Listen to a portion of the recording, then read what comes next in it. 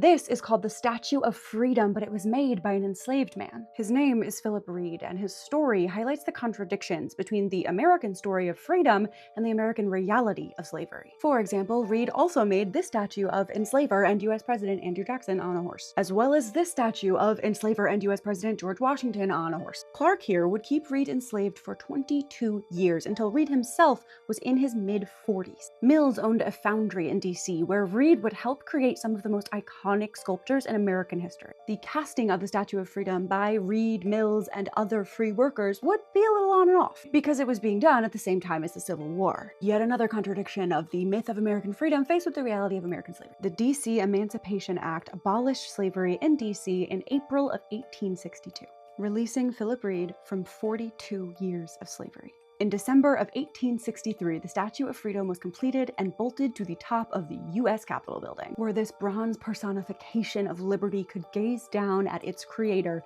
Philip Reid, a newly freed man. After their emancipation, Reid was able to marry his wife, Jane, and together they had one son named Henry.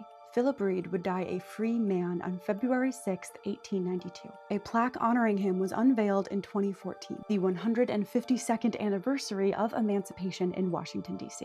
Philip Reid, the enslaved man who built the Statue of Freedom atop the US Capitol.